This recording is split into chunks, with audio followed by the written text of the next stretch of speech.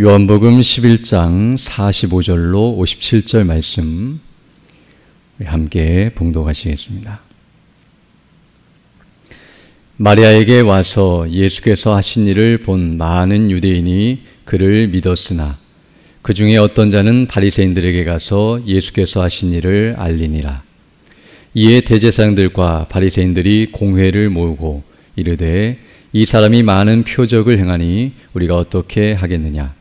만일 그를 이대로 두면 모든 사람이 그를 믿을 것이요 그리고 로마인들이 와서 우리 땅과 민족을 빼앗아 가리라 하니 그 중에 한 사람 그 해의 대제사장인 가야바가 그들에게 말하되 너희가 아무것도 알지 못하는도다.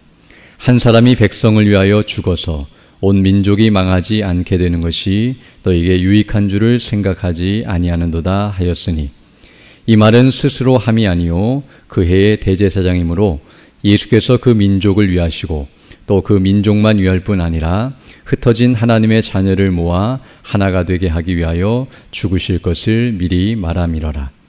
이날부터는 그들이 예수를 죽이려고 모의하니라. 그러므로 예수께서 다시 유대인 가운데 드러나게 다니지 아니하시고 거기를 떠나 빈들 가까운 곳인 에브라임이라는 동네에 가서 제들과 함께 거기 머무르시니라.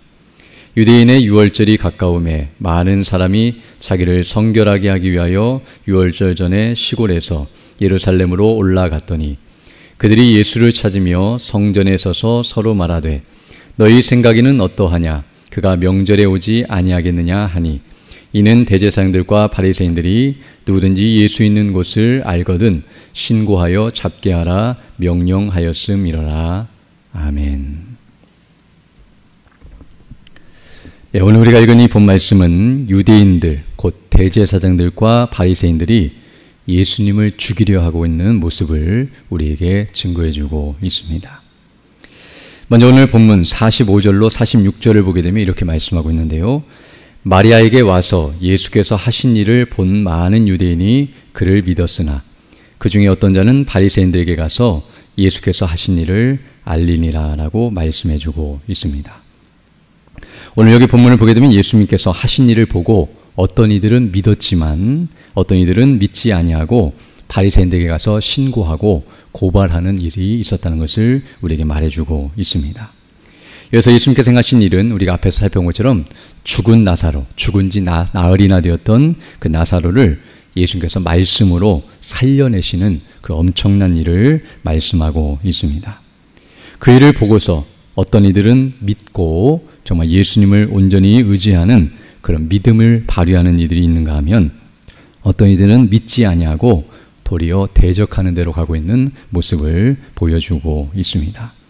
특별히 여기 46절 보게 되면 바리새인들에게 가서 이 말을 말했다는 것은 그들로 하여금 믿게 하도록 그에게 복음을 증거한 것이 아니라 뒤에 나타나는 사건들을 보게 되면 오히려 예수님의 일이 위험하고 또 많은 사람들이 그를 따르고 있기 때문에 빨리 이 일을 저지하거나 막지 않으면 더 위험해질 것이라고 그들에게 소식을 알리고 있음을 알 수 있습니다. 그러자 이제 오늘 본문 47절로 48절을 보게 되면 이제 이 소식을 듣고 바리새인들과 대제사장들이 공회를 모으고 있는데 이 공회는 바로 산헤드린 공회인데요. 이제 이 공회를 모아서 공적으로 예수님에 대한 적대감을 드러내면서 어떻게 해야 할지 논의하고 있는 모습이 나타나고 있습니다. 그래서 47절부터 보게 되면 이에 대제사장과 바리새인들이 공회를 모으고 이르되 이 사람이 많은 표적을 행하니 우리가 어떻게 하겠느냐. 만일 그를 이대로 두면 모든 사람이 그를 믿을 것이요 그리고 로마인들이 와서 우리 땅과 민족을 빼앗아 가리라 하니라고 말씀하고 있습니다. 지금 예수님의 소문이 퍼져나가고 이런 표적들이 계속 나타나게 되면 사람들이 예수님을 믿지 않을 수 없게 되며 왜냐하면 그것이 믿을 만한 증거이기 때문인데요.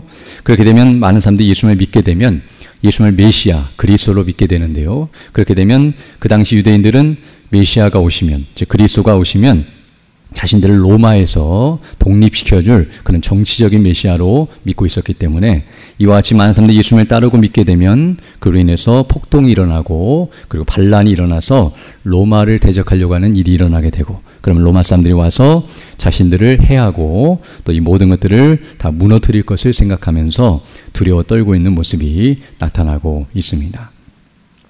이것은 어떤 의미에서 자신들의 기득권, 즉 자신들이 어떤 의미에서 종교적으로, 정치적으로 높은 권세와 위치를 누리고 있었지만 이제 그렇게 되면 다 빼앗길 수밖에 없는 그런 위험성이 있다는 것을 생각하면서 이와 같은 모의를 하고 있음을 알 수 있습니다. 오늘 우리는 이들이 모여있는 이 모습을 통해서 지금 이들은 예수님을 믿을 것인가 말 것인가, 즉 예수님에 대해서 다시 한번 논의하고 이런 표적들이 나타나는 것을 보면 정말 예수님이 그리스도시고 하나님의 아들이시라는 것을 드러내고 있는데 지금 우리가 잘못하고 있는 건 아닌가라고 그렇게 자신들을 반성하거나 또 어떻게 해야 할지 더 바르게 논의해야 마땅함에도 불구하고 이들은 그런 논의를 하는 것이 아니라 예수님을 믿지 못할 자로 확정해 놓고 어떻게 하면 그 일을 방해하고 막을 것인가를 논의하고 있는 모습이라고 말할 수 있습니다. 우리가 아는 것처럼 예수님의 죽은 자를 살리신 사건, 즉 죽은 나사로를 살리신 사건은 단순히 마르다와 마리아를 위로하기 위한 목적이 아니라 예수님 자신이 누구신지, 즉 그리스도시고 하나님의 아들이시라는 사실을 드러내시며 무슨 일을 행하러 오셨는지 바로 죽은 자를 살리시는 것처럼 영적으로 죽어있는 죄와 사망 가운데 있는 우리들을 그리스도의 그 십자가에 못 박혀 죽으심과 부활하심으로 우리의 모든 죄값을 담당하시고 그분을 믿는 자에게 구원을 주시는 분이시라는 사실을 드러내시기 위하여 이 모든 일을 행하셨다는 것을 우리는 이미 살펴본 바 있습니다. 즉 예수님께서 이와 같이 그분을 믿을 만한 확실한 증거, 더 정확히 표현하면 부인할 수 없는 표적을 보여주셨음에도 불구하고 지금 오늘 본문을 보게 되면 이들은 예수님을 끝까지 믿지 않고 대적하는 모습을 보여주고 있습니다. 그것은 증거가 없기 때문이 아니라 그것을 끝까지 믿지 않으려고 하는 완악한 마음, 정말 그들이 얼마나 부패하고 악한 존재인지를 우리에게 더 여실히 보여줍니다. 즉 몰라서 못 믿었다고 한다면 이해가 될 수 있지만 분명하게 알려주심에도 불구하고 믿지 않는다는 것은 그들의 악함을 더 분명하게 드러내는 것임을 알게 되며 그것은 바로 자신들의 기득권을 빼앗길까 봐 예수님이 모든 인기를 다 차지하고 예수님께 사람들이 다 마음을 빼앗기면 자신들이 가지고 있는 그 권세와 능력을 다 잃어버릴까 봐 자기 영광을 추구하고 있는 악한 모습이라는 것을 알게 됩니다. 이것이 바로 이들뿐만 아니라 모든 인생의 마음인데요. 하나님처럼 되려고 했던 아담의 범죄의 그 근원이 바로 모든 사람들의 마음속에 있다는 사실. 하나님의 영광, 하나님의 그 능력, 하나님의 지혜를 바라보지 않고 자신을 의지하고 있는 악한 모습을 그대로 보여주고 있습니다. 그리고 나서 이제 오늘 본문 49절로 50절을 보게 되면 이제 대제사장이었던 가야바가 한 가지 제안을 하고 있는데요. 그 중에 한 사람 그 해의 대제사장인 가야바가 그들에게 말하되 너희가 아무것도 알지 못하는도다. 한 사람이 백성을 위하여 죽어서 온 민족이 망하지 않게 되는 것이 너희에게 유익한 줄을 생각하지 아니하는도다라고 말하고 있습니다. 즉 대제사장인 가야바는 이제 그들을 향하여서 한 사람이 죽는 것이 민족을 구하는 것이다. 그 말은 다른 말로 말해서 예수님을 죽이는 것이 우리가 해야 할 일이라고 말하고 있음을 알게 됩니다. 즉 이것을 통해서도 우리는 인생이 얼마나 부패한 존재인지를 다시 한번 깨닫게 되는데요. 오늘 본문에서 이 사람이 대제사장이라고 말한 것은 종교적으로나 정치적으로나 모든 면에 있어서 뛰어난 사람이라는 것을 말해주고 있습니다. 어찌 보면 구약 성경에 정통했고 모든 것에 대해서 잘 알고 있고 또 하나님을 더 바르게 섬긴다고 자타가 공인할 만큼 그렇게 높은 위치와 모든 좋은 조건을 가진 사람임에도 불구하고 하나님을 알지 못하고 예수님을 믿지 못하고 이와 같이 대적하는 일에 앞장을 서고 있다는 것은 인생이 아무리 좋은 조건과 상황 속에 있다 할지라도 그 스스로의 지혜와 능력으로는 예수님을 믿을 수 없다는 사실과 이와 같이 좋은 지혜와 능력을 가지고도 얼마든지 하나님을 대적하고 악을 행하는 데로 가는 것이 인생이라는 것을 우리에게 말해주고 있습니다. 그리고 나서 이제 52절을 보게 되면 이 대제사장의 한 말을 이제 요한 오늘 이 복음서를 쓴 요한이 설명을 해주고 있는데요. 이 말은 스스로 함이 아니요 그의 대제사장이므로 예수께서 그 민족을 위하시고 또 그 민족만 위할 뿐 아니라 흩어진 하나님의 자녀를 모아 하나가 되게 하기 위하여 죽으실 것을 미리 말함이라라고 말씀해주고 있습니다. 우리 여기서 잘 이해해야 하는데요. 지금 대제사장이 하나님의 감동을 받아서 그 하나님의 뜻을 말하고 있는 것이 아니라 그는 악한 생각을 가지고 자신들이 원하는 것을 행하려고 말하고 있었지만 그러나 하나님께서는 그들의 악한 그 도모와 그 일을 가지고서도 선한 일을 행하실 수 있는 분이시며, 바로 그 하나님의 거룩하신 뜻, 예수님의 죽으시는 일을 통해서 바로 우리를 구원하시는 그 일을 행하시기 위하여 이와 같이 말하게 하도록 허용하셨고, 또 그 모든 것들을 주장하시고 인도하시는 분이 하나님이시라는 사실을 다시 한번 증거해주고 있습니다. 즉, 사람들은 악을 행하지만 하나님께서는 그 악을 가지고서도 선한 일을 이루시는 분이시라는 것을 우리에게 가르쳐주고 있으며, 인간은 선한 것을 가지고도 악을 행하는 데로 가지만 하나님은 악을 가지고서도 거기서 선을 행하시고 그 선을 드러내시는 능력의 하나님이심을 우리에게 다시 한번 드러내주고 있습니다. 그리고 나서 이제 53절로 오늘 본문 57절을 보게 되면 이제 이들이 모의한 것들이 실제로 진행이 되고 있음을 우리에게 말해주고 있는데요. 이날부터 그들이 예수를 죽이려고 모의하니라 라고 말씀하는 것처럼 이제 예수님을 죽이기 위해 여러 가지 계획을 짜고 또 준비하며 진행하는 모습이 나타나고 있고요. 또 57절을 보게 되면 이는 대제사장과 바리새인들이 누구든지 예수 있는 곳을 알거든 신고하여 잡게 하라 명령하였습니다 라고 말씀하는 것처럼 실제적으로 공적으로 이제 예수님이 있는 곳을 확인하고 신고하면 붙잡아 들이도록 명령을 내렸고 공식적으로 진행이 되고 있다는 사실을 우리에게 말해주고 있습니다. 그래서 그 일로 말미암아 이제 54절을 보게 되면 그러므로 예수께서 다시 유대인 가운데 드러나게 다니지 아니하시고 거기를 떠나 빈들 가까운 곳인 에브람이라는 동네에 가서 제들과 함께 거기 머무르시니라 라고 말씀하는 것처럼 이런 험악한 분위기, 위험한 분위기 속에서 예수님이 잠깐 피해 계시는 모습이 나타나는데요. 이것은 예수님이 그들을 두려워하기 때문이 아니라 아직 때가 되지 않았기 때문이며 하나님의 뜻을 따라서 행하고 계시는 모습임을 알 수 있습니다. 그리고 55절 보게 되면 이제 유월절이 가까우고 있는데요.